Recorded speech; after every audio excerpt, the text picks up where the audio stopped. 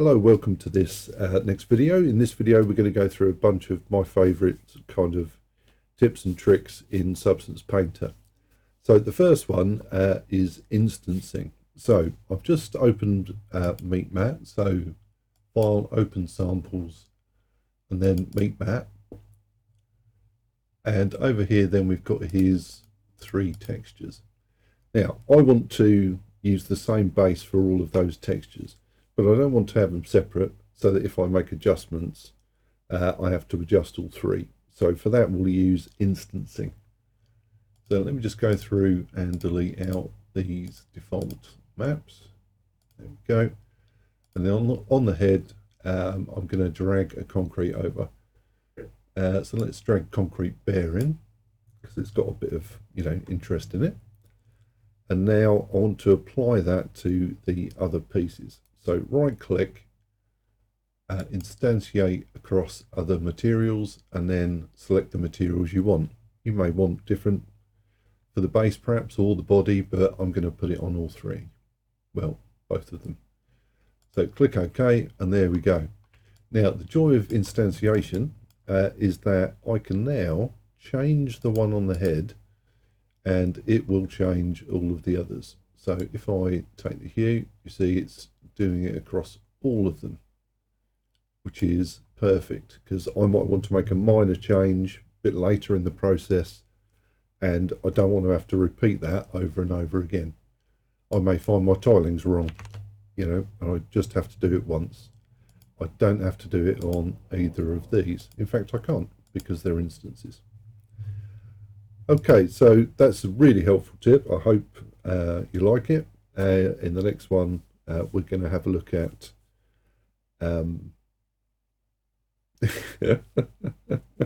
anchor points. That's it, anchor points. Talk to you then.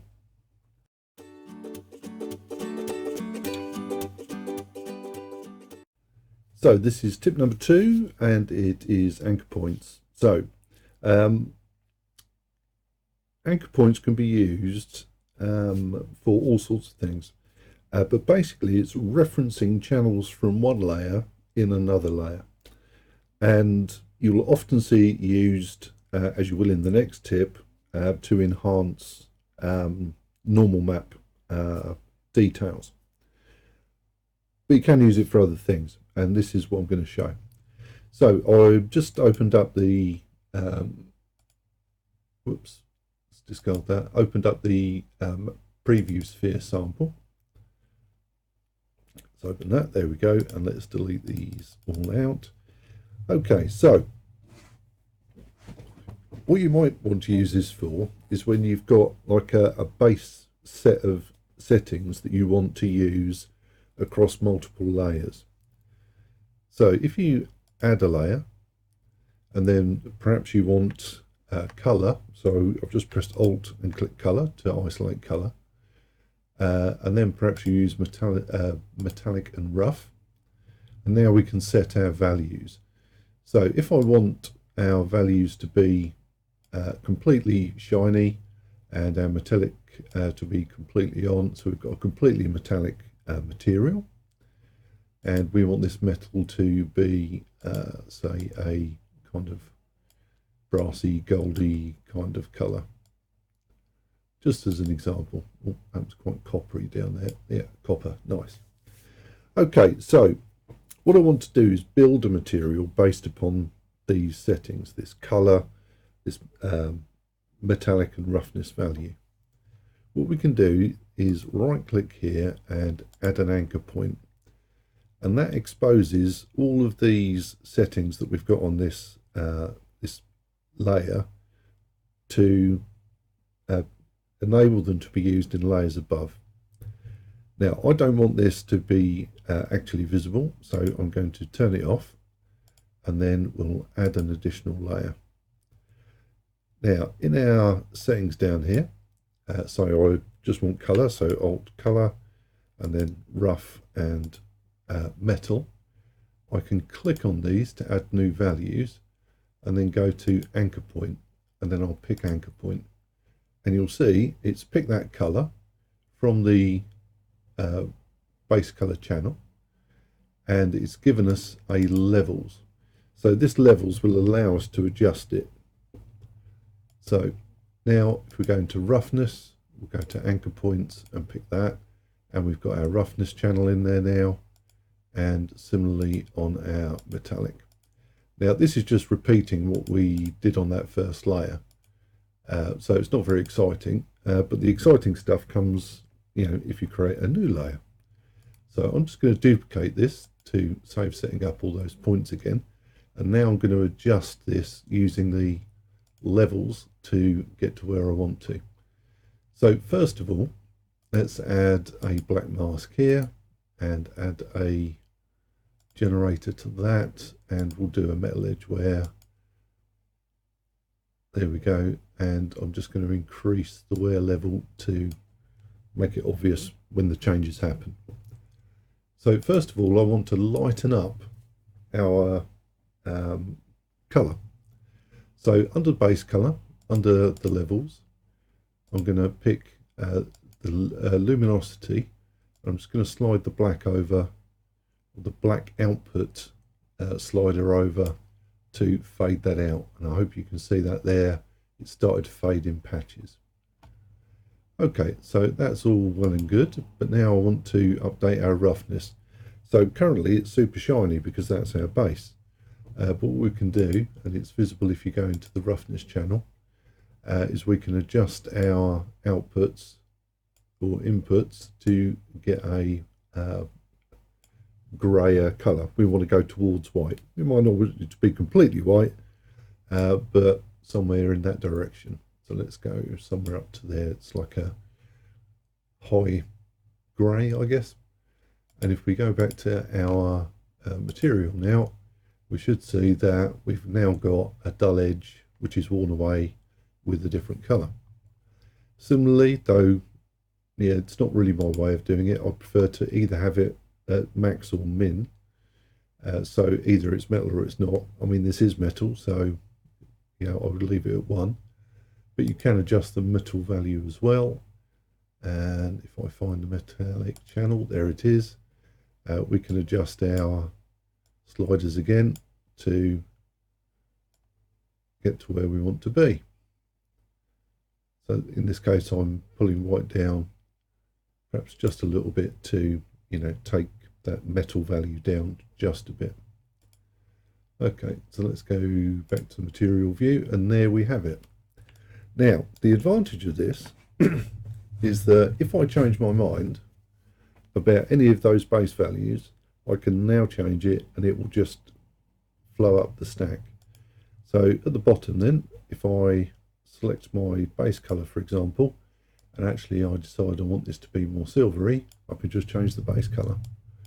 If I decide that it is too metallic, overall, I can bring the metallic value down.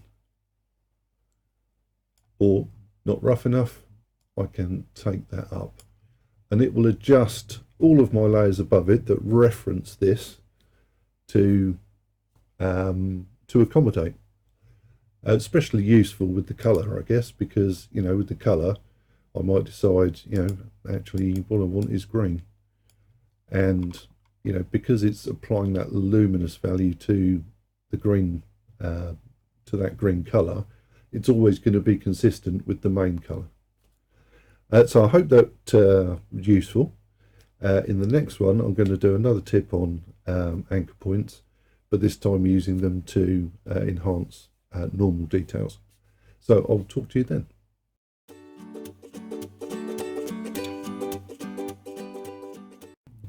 Okay, so the next tip you may be more familiar with. It's about anchor points and normal maps or normal stamps. So what I'm going to do is, I'm going to add in a paint layer here, and then with my paintbrush, I'm going to go and find one of these hard stamps. So these are terrific. I wish I had more of them. I know how to make them, but it's having the time, isn't it? Let's just type in normal there. We should get a better list there. Right, so if I take this and deposit it in my normal map here, and then turn off everything else, so Alt and click normal, I can stamp this on top of my model. One thing about this, I might want to just adjust my alpha a bit, just increase the hardness so I get the whole thing, and then click that down. So that's added all that normal information onto my model, but it doesn't look great because it's not integrated into the texture. So the texture is done up here, but first of all what I need to do is add an anchor point to there. Okay, so when I go to my texture, I want to look in my generator, which is giving my nice, wear and noise. And underneath here, we have two options to look at. One is this micro normal and micro height. You could do it for height as well. But I'm going to click into micro normal, go to my anchor point and pick my layer. I believe it's layer 1. Should have named it. That would have made much more sense. Okay, so when you put it into these channels, it doesn't know what to reference. So I need to tell it to reference my normal channel. And then the second thing to do is to enable micro normal under micro details. And as soon as I do that, you'll see it starts to use that in calculation in combination with our generator. Now we have some options under here. So we've got our curvature type, so we could take that to standard. We could take it to Sobel, which is the default, or smooth. So whichever suits you. And then below that we have our basic details. So I can take my curvature intensity down, or I could take it up to adjust the effect, or I could do my height detail, although I believe I need to use the micro height for that. And then we've got our AO radius.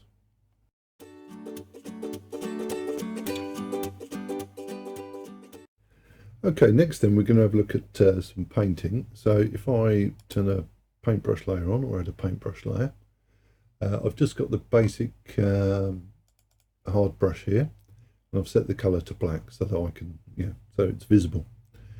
Okay, so one thing that I desperately struggle with, especially with my mouse, is drawing a straight line. So if I, whoops, yeah, I've gone wrong straight away. This isn't me faking, this is me fairly normal. So even if I'm, if I'm quick, it's all right. But, sometimes, well, most of the time, I'm trying to be precise, which quick isn't helpful for.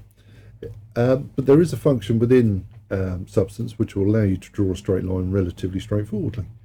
So if you click a point, don't move your mouse, press shift, then move your mouse, and then move the point to where you want the end to be and click. You get a lovely straight line. And if you continue to click around, you can do all sorts of things, make lovely patterns and designs with straight lines. So that's that one. One of the other main things I have problems with is drawing sort of a convincing curve. So, if I'm drawing, say, an eye, for example, everything's a little bit jolty,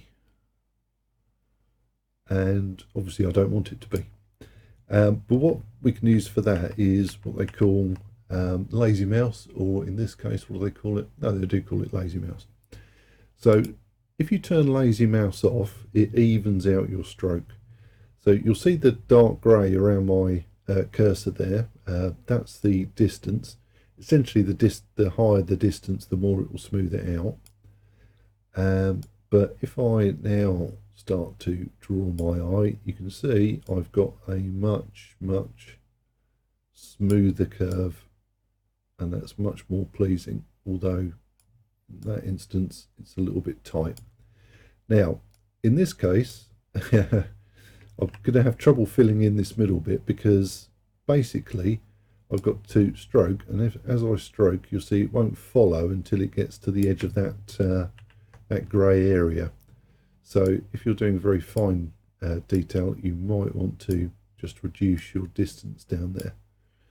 And yeah, there you go. That's Lazy Mouse, and really helpful because you can draw some quite nice swirly curves with it without getting your basic mouse jitter into it. So if I try and recreate that like that, whoops, yeah, it just doesn't look right. So that's the Lazy Mouse. The last thing I'll show here is the Symmetry.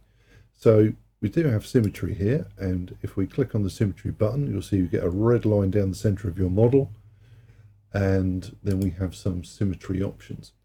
So we can mirror it on X, Y, or Z. And then once you've got that, if your model isn't quite symmetrical, isn't quite central, you can use this offset here to move your center point. Whoops. At some point in time, I have to type 0 into that to reset it. I can't do it on the slider. It's too sensitive for me. Okay, so we've also got a colour you can show if you don't like red, or we can show plain, and then we get the plain down the middle. And now if I combine that with a bit of lazy mousing, I should be able to draw a little face. I'll need to drop my distance down to draw the iris here.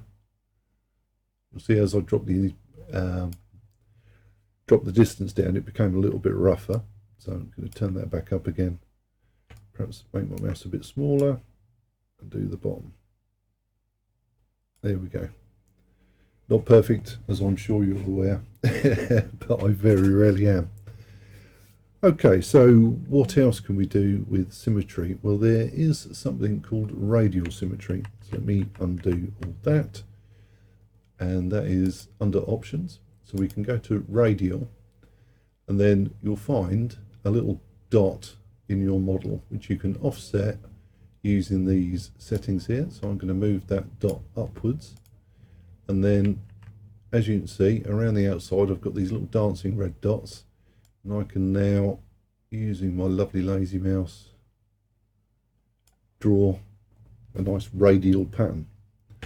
I'll undo that. So other options under there, we have the number of points somewhere. We've got an angle span. Where is the number of points? I know that's here somewhere. Ah, that's the manipulator size. Show cursor, hide while painting, show. It's staring me right in the face. Oh, there it is, count. So I could increase the count and then I get even more. Now, careful when you do increase the count, you'll notice I've got one missing. And that I found is down to the angle span. So I need to turn that up to 360. And now, whoops, I can draw all sorts of things and get a nice little design out. If I was any good, which obviously I'm not very often. There we go. Do that, pop a little bit in the middle. I've got a nice little flower. Okay, so just some options there for when you're actually painting. So we had, what did we have? We had straight line, lazy mouse, and then symmetry, both XY and radial. Okay, so last tip coming up, and I will talk to you soon.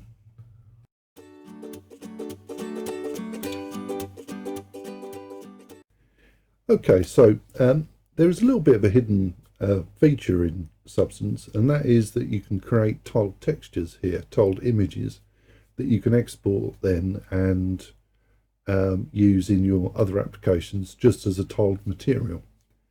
So, sometimes you don't want to, do a full texture on everything. Sometimes you just want a tile.